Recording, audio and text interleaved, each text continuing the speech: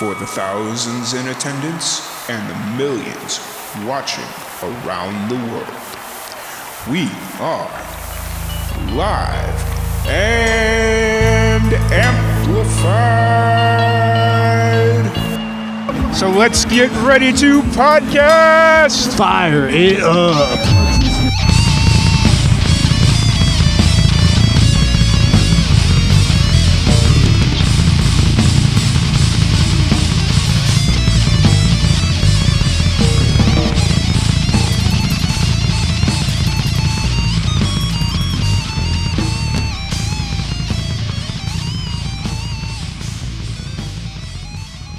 Welcome, everybody, to another live and amplified livecast. I'm your host, Tom Quiet, and we are back at it again with another amazing podcast. Today, we have a very special guest. We have Aaron Tanner. How's it going today, Aaron? Doing good. How are you? Doing pretty good. You know, we were just talking before we jumped on here about the bipolar weather we're all experiencing right now. And it's just kind of like, I'm ready for summer. It's January, but I'm ready for that summer. So I wouldn't say that.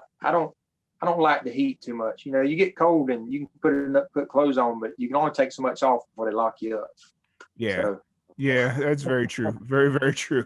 And that's kind of always been my thought process too, of like, I'd rather be on the cooler side of things because you can just continually put on layers, but at some point it's just like, no, I'm good. I am good. So first off, I want to thank you so much for jumping on the podcast. I'm really excited to sit down, talk to you a little bit and get to know more about you. But for the people that are just getting introduced to you, that are just finding out about you, what's kind of your origin story? What got you into music? well, I guess I was born into it. You know, when I was a youngin', my mama and daddy, they both are multi-instrumentalists and songwriters and singers. And most of my life, my daddy's been a pastor in church, so just grew up in church around singing and everything. And my mama's got some old cassette tapes of me singing when I was probably 3 or 4 years old, you know, to the top of my lungs. And, you know, just that's it. That's where it came from, you know, being around that environment just from the time I was born, you know. Mm-hmm. And I think I started singing in church when I was maybe 5 or 6. And I started playing the guitar when I was about 11 or 12, started writing songs about 14 or 15 and just kept on going from there, you know. Mm-hmm. Absolutely. Who are some of your musical influences growing up? We listened to mostly gospel music when I was growing up, a lot of Southern gospel. Mhm. But, you know, it was in the 90s when I was growing up. I was born in 89. So that 90s country sound was everywhere, you know, country, a time when country was king, you know. Yeah. And so Alan Jackson and George Strait and Ricky Skaggs. My parents always been real big fan of Ricky Skaggs. Me and my brother growing up played a lot of bluegrass. He plays the banjo and he plays pretty much everything. But anyway, we played a lot of bluegrass, and so Ricky Skaggs, the Stanley Brothers. But probably the biggest influence would be Randy Travis. Mm-hmm. Because about the time I really started playing the guitar and started, you know, coming into myself, I guess what you would call it in music, is when he released his Inspirational Journey album, his first Christian album that he came out with in 2000, I think it was. Mm-hmm. And I think I tell this in every interview, but I played that CD till my CD player wouldn't play it anymore. Yeah. I listened to it forever, learned all the lead licks and just about and all that stuff. But he's probably the most influential on you know, my style and everything, way my style developed. Nice. And you said your parents were very musical as well? Yes, sir. Okay. Awesome. So it's safe to say that you're 100% country till you die? That's kind of where you're at? Yes, sir. Yeah, I actually wrote a song. I haven't recorded it yet, but it's my music has always felt like, you know, it's very Christian. A lot of the lyrics, if you listen to my songs, the lyrics are very Christian sounding, but the sound is very country sounding. Mm-hmm. And I wrote a song called "Too Country for the Church, Too Christian for the Bar." Yep. And that's kind of how I've always felt my music, you know, fell. Gotcha. I did catch that on you. I think it was on your Facebook page. That was like one of your taglines or your one of your lines on there. Yeah. But you dropped a new EP back in December. It is called oh, "Stranger with a Song." What was kind of the story behind that EP? Well, that's the title comes from a line of one of the songs on the EP. Hmm. I'm going to be somebody. There's a line in I think the first verse, and it builds up to um, I'm just one of the lines. I'm just another stranger with a song, you know. Hmm. And but those songs. Let's see. The first one I recorded was "As They Carry Me Back Home." I actually released it as a single back in May of last year, I think. Hmm. And I wrote it for a fallen soldier. I won't go into It's kind of a long story, but I won't go into the story. But a fallen soldier from near where I live. Hmm. I wrote it for him called Dustin Michael Wright, and I actually partnered with the foundation that was started in his honor to help veterans. And I have a particular shirt design available on my website that has their logo and my logo and some of the words of the song. And 20% of the profits from that goes to help that foundation. But recorded that one, and then we got Neil Cannon, a Grammy Award winning videographer, Oh, wow. Yeah. do the music video for Hallways of My Mind. I don't know if you've seen the music video, but it's on YouTube, Facebook, different places. Yep. And I've done a real good job. The type of video that we were going to shoot is real simple. We didn't have like a super huge budget, so I had to pick a song that would go with a kind of a simpler video. My wife suggested "Always in My Mind," and Mhm. that's her favorite song I've written. And so she always takes all the credit for the success and everything. Yeah. But we done that video, and then I just picked a few more, to round out a 5-song EP. And you know, we finally got it finished. I think it was November or December we finished it, and I got it uploaded. And now I have hard copies and CDs as well. Nice. So this EP kind of came together throughout the entire pandemic, or were you working on it way before the pandemic? Well, I had planned it before the Mhm. pandemic, but the actual us going to the studio, that was all last year. Well, except for maybe As They Carry Me. Nope, I have no idea what I'm talking about. Um, It's all good. as They Carry Me Back Home and I'm Gonna Be Somebody. Hmm. Parts of those were recorded in late 2019, Okay.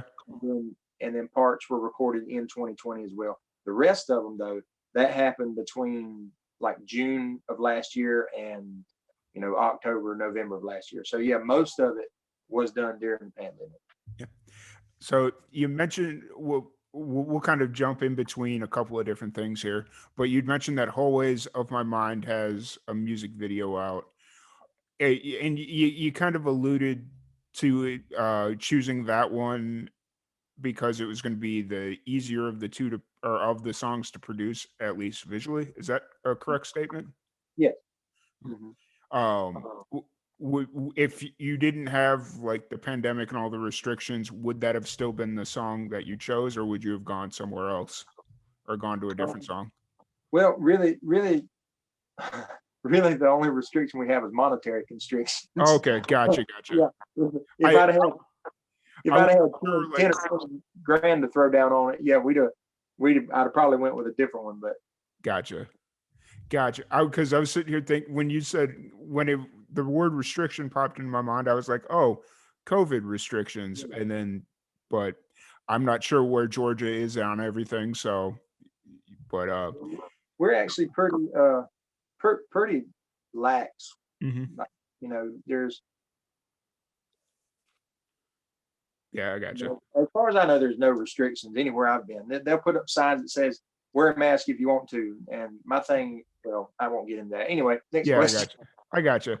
Uh, so yeah, it's so always of my mind. Music video came out not towards the end, about 5 months ago, 6 months ago. At this point, I think it was in August, end of August. I okay. think it I was sitting here trying to do math in my head, and I'm like, nope, nope, I'm not even gonna try. Um, what was you brought in an award-winning producer to produce the music video? How much of the concept was your idea versus his idea or their idea? And Well, I think as far as the concept of the video, Hmm. I guess I'd have to give 100% to Mill. He kind of um, was like, "This is the song I want to do the video." I sent him the song. We sent him the song to he could hear it, and he collaborated with my producer Chuck Hutchison, and they said there's a pecan plantation Hmm. near the house. It'd be great for it. And we went there, and he said, "This is what I'm thinking." Or actually, he sat down. He said, "Well, what are you thinking?" I said, "Well, you the man with the awards. You know, you've been doing Yeah. this for 40 years. You tell me." He said, "Okay," and he told me we're going to do this and we're going to do this, and his main thing was visualize that maybe like your grandmother's died and you come back to the old home place and you're reminiscing, of all your memories and stuff as we shoot the video. And that was kind of like the central theme, that held the video together. And I think it turned out really, really well. So I have to give him all the credit for that. Gotcha. Hey, sometimes you bring people on to do a certain thing, and you just got to trust that they know what they're talking about. Yeah. Um, but so the EP out now, was there ever any consideration of making it a full length album or? I I thought about it. Mhm. Once again monetary constrictions, Yep. just getting started out and everything, Yep. and and I wanted to I wanted when I go to do a full album, my thought was I wanted to do it. Well, I'm Mhm. not saying we didn't do the EP right, Yeah. but I wanted to have no holds barred and all that stuff. And two, I kind of wanted the EP out there to kind of test the waters, maybe not test the waters, but build awareness. Hmm. Um, Build, kind of and build your following and yeah, see like who's yeah, out there that's listening for what you got to say. yeah, I always think of it as like a 1-2 punch in boxing. Hmm. You throw the jab to set up the hook or to Yep. set up the cross, Yep. And I'm hoping my out when I come out with a full album, whenever that may be, it's going to be that knockout punch, Yeah. so to speak. Gotcha. That's cool. That's cool. How did you kind of go through the process of selecting songs for the EP? Well, like I said, my wife pretty much selected Hallways in my mind.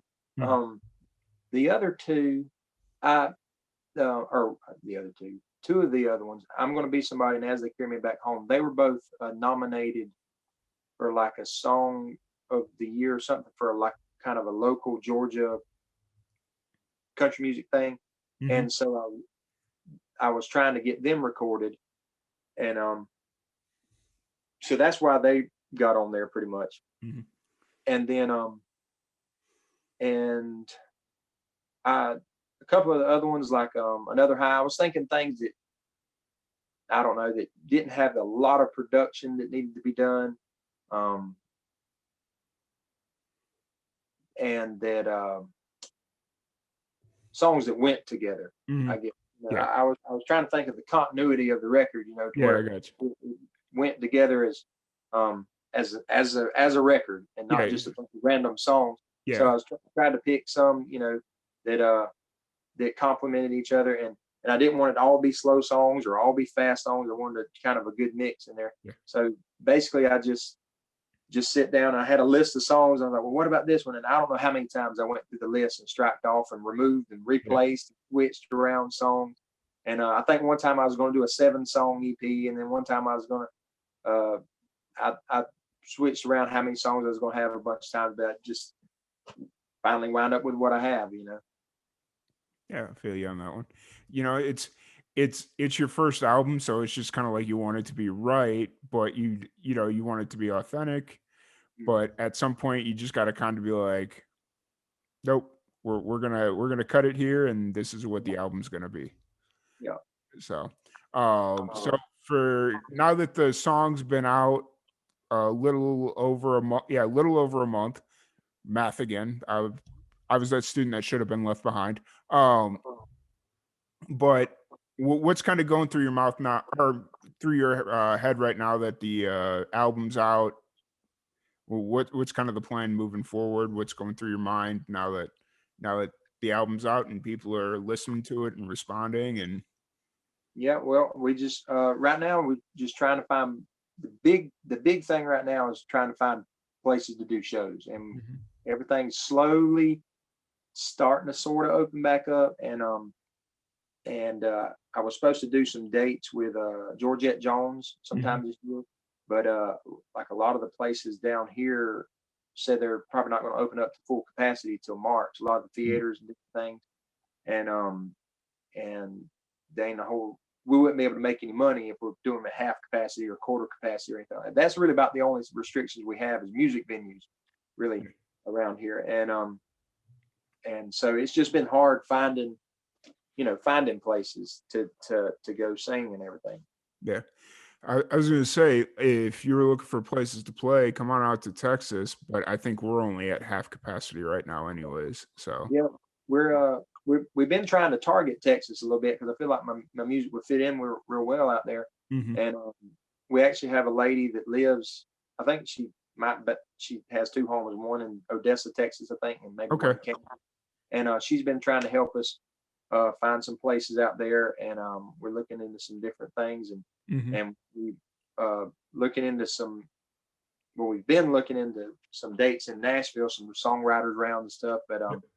um, so we're hoping maybe next month to go up to Nashville, me, my manager and I, and do a few maybe songwriters rounds and things like that. But like I said, just around here, it's just hard. Well, actually, around here where I live right near Vidalia, Georgia, where the Hmm. onions come from, and there just ain't a big music scene around here. You have to go to Atlanta, which is 3.5 hours. Or you have to go to Savannah, which is an hour and a half, or you have to go to Macon, and if you're not the Allman Brothers or Otis Redding in Macon, they almost don't care about you. Yeah. but uh, but it's tough right around here. But we still plugging away, and I know I was telling somebody the last few days, um, I've been starting to get more followers on Instagram, and I Hmm. don't know why, but I'll get like two or three or four new followers a day. And for the longest time, I've had, I think I got over 1,100 followers on Facebook, but Instagram's a whole different animal. Hmm. I think now I finally have 290, I Hmm. think, and it's just a whole different ball game. Oh yeah. I'm in the same ballpark. It's like I'm trying to find a way to balance both all of it. And it's just kind of like if I focus on one, then the other one suffers. And if Mhm. I focus on two, they all like if I give half attention to both of them, they all suffer. And it's just like, I think part of my problem is according to my Spotify, um, all those yeah. like the Disney kid thing, that half of my demographic is about 40 and over, Hmm. and a lot of 40 and over don't use Instagram too much, or at Yeah. least is what I've heard. I just got on Instagram. The only reason I'm on Instagram is to do my music because Yep. I still ain't quite figured it all out yet. I'm not the most technologically savvy person in the world. I got you. But no, you brought up earlier, you'd brought up that somebody out in Odessa was trying to help you. And I was like, dang, they're trying to get you clear across the state. That's a good, like, Odessa is a good 5 hours from me, and I'm in Waco. Mm. And just to get to Louisiana, it's another 6. So, like, that's a good 11-hour. Yeah, you're talking a good haul The to get lady, all the way out the to lady Odessa. we've been talking to, she's been talking about a few different dates Hmm. in a few in Texas and Nebraska and Wyoming and even one in Oregon. And I told her, I'll come, but I got to have money to get there. That's a Yeah. long way. Oh yeah. I was gonna I, say it like if you're gonna go all the way out to Odessa, one place you'd probably do really well at is out in Lubbock, which I think it's probably only like an hour or so from Odessa. Um I have to think now like geography and all that stuff. But Lubbock has a really booming scene, like just all types of genres, yeah. all kinds of cool stuff. But you know, so the plan is for you to get out, start doing shows now that you got the album released, and then I'd assume that eventually it would be once you kind of get toured off this album or the EP, you'd go back in and start working on an LP. Is that kind of the Yes, sir. That's the plan. The timeline, not sure, yeah? about, but that's the plan. We're going to come out with an LP and everything on Awesome. the next one. And you said you'd mentioned you have hard copies. Did you give any thought about pressing vinyl at all, or is that something you'll wait until? I would love to do vinyl. I've always wanted to do vinyl, but even before, because I've always collected old records. Hmm. And it's crazy that vinyls came back. It Yeah. actually last year surpassed CD sales for the first time since like the 80s. Yep. And for a while there, uh, you'd find new vinyl in like Books of Me and stuff, and I'd look at it and say, "Oh, look, the hippies are starting to listen to vinyl." And then one day I walked into Walmart, and it was in Walmart. I was like, "This is 1985," you know, Yeah. and I was blown away. And Yeah.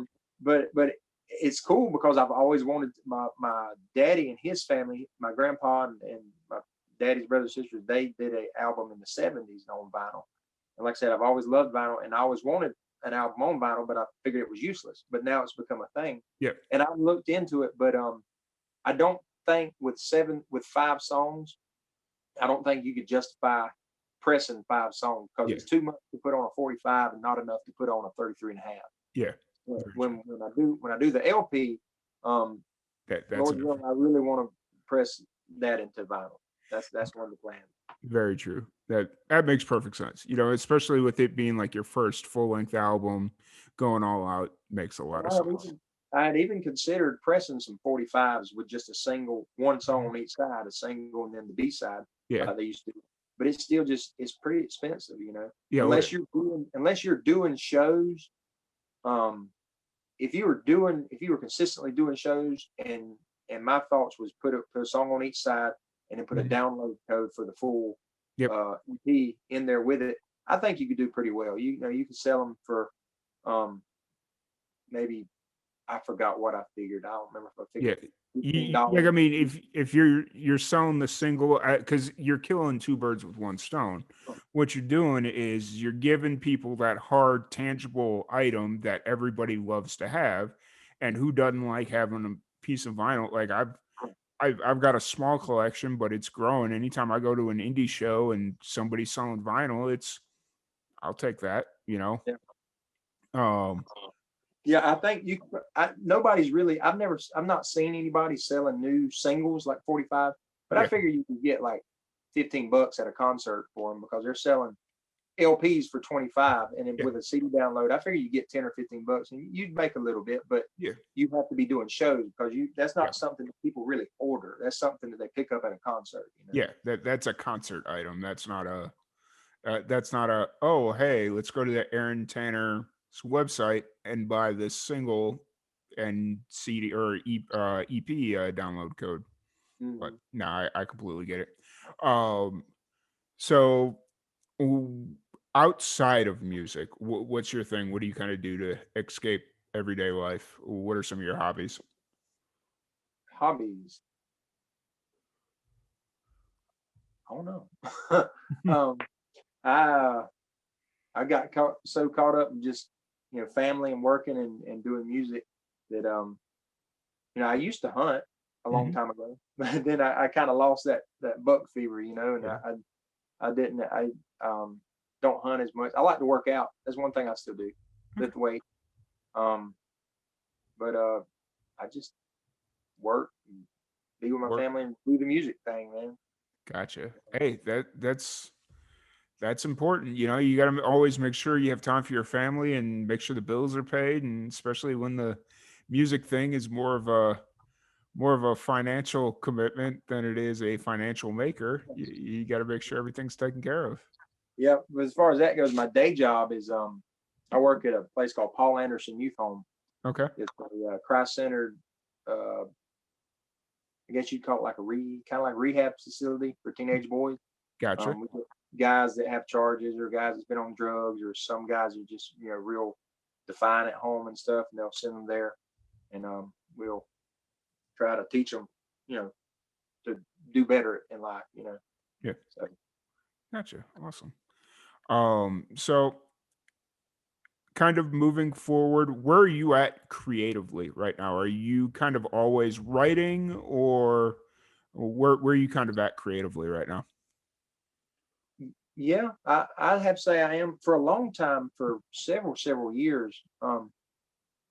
It was like I didn't write much. I'd write maybe a song a year, or if that. The years blur together after 20, so it's Yeah. you know. Um, I wrote a lot in my teens Mhm. and up to um, but and I got married young. I got married when I was 18, and so I wrote a little bit into my 20s, and then like for a while, it slowed down a lot. But then in 2019, I think it was, it's like it's kind of like I don't know if you know the parable uh, in the Bible. There's a parable where Jesus talks about his master gave a bunch of guys some money, and Mhm. there was two of them went and made profit, and there was one guy that that didn't do nothing. He hid it, and he gave it back to him, and he got mad because he hadn't made any profit out of it. And anyway, my a thought came to me back in 2019 and said, well, God's given me this gift of songwriting. What if I don't do anything with it? Will Yeah. I be held accountable? Because like I said, a lot of the songs have Christian lyric, and feel like some of them can help people. And Mhm. so I began to start trying to do, push my music, and I started writing songs. I wrote 20 something songs in a year, Oh, and wow. then it just keeps coming. And I've started since the first of the year. I know I've written two. Mhm. I think I've written two and started on maybe one or two more since the first of the year. Oh, And wow. a lot of times when they come to me is when I'm driving back into by myself in the car, Yep. and I pull out my phone and sing into it, and then come home and put the chords to it later. Yeah. Like, I mean, I find the car to be driving in the car, no matter how long the trip, is kind of that moment where nobody can bother me, Mhm. and I could just kinda let my mind run. Yeah, yeah. A lot of times when I used to write when I lived at home when I was a teenager, is late at night, like 11, 12, midnight, 1 o'clock. I'd Mhm. be alone in my room and I'd write because I don't like anybody. Even now, my wife and I have been married for I think this year will be 13 years, and I don't still don't like her to be around when I'm writing because sometimes stuff comes out and it just sounds ridiculous, and you have to tweak it and tweak it and everything. Yeah. And I just don't like nobody being around during the process Yeah. because I feel stupid because I Well, because initially, like, I completely get that. Because initially it only makes sense to you, it's not supposed to make sense to anybody else until you make it make sense to other people. Like, you does that make sense? yeah. Okay, gotcha. And so it's just kinda like if you spit out a random sentence that makes out of context, makes no sense about anything, you know, you're gonna it's gonna sound stupid, and you might feel stupid about it. But once you put it in the context of the song, then it's fine. Like, everybody gets it, you know. Or I've written songs and there'll be like a particular line and it'll I'll go back down, go back to it and change it when it's still in the editing process. And I'll look at the original line and I'll say, man, that was stupid. Like, why did I write that? That was, that was ridiculous. But Yeah. you know, I don't want nobody to hear it till it's final product. I guess is what it is. Yep. I completely get it, man. I completely get it. But so if anybody so the EP is out now. If anybody wants to listen to it, anybody wants to follow you, where's the best place to do that? You can listen to it anywhere there's music, Spotify, except Pandora. Pandora's a little weird to get on, but Spotify. What's the other ones? Napster, if anybody even uses that anymore. Uh, That is the funniest one. Like, anytime somebody says their stuff's on Napster, I was like, yeah, remember when everybody didn't want their stuff on Napster? exactly. DistroKid that's who I'm distributed through, and they offer, through a giant list, and I only know maybe five of them that's on the list. And I seen Napster on it. I was like, is that even a thing? I thought it died with MySpace. Yep. But anyway, it's on iTunes, Amazon, Google Music, YouTube Music, um, all that stuff, and you can download it also from my website, and you can get the CD from the website. You can order the CD copy from the website, and when you buy the CD copy, you get a free download with it. And there's also T-shirts on the website. I got I think three different designs. We're working on maybe some hats as well. We haven't got that, but my website is aarontannermusic.com, and then on Instagram and Facebook both is just Aaron Tanner Music. Gotcha, gotcha. Awesome. Well, once again, I want to thank you so much for jumping on the podcast. I really appreciate it. Okay, Before thank we you. leave, though, I got to ask you the most polarizing question I can possibly think of. Oh no. Pineapple pizza, yes or no? I'll eat it, but I don't order it. Okay. If it's there, I might say, yeah, I'll have a slice. If that's what's left, I'll eat it. Put it that way. If Okay. there's something else, I'm probably going to eat something else. Okay. Fair enough. Fair enough. It's one of those things where it's like, if I'm hungry and it's there, I'll eat it. But if there's anything else, that's going Yeah. first. I completely get Yeah. it, man.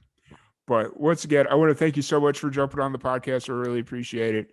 Thank you, Okay. everybody, for tuning in, and I will catch y'all later. All right. We are good. All right.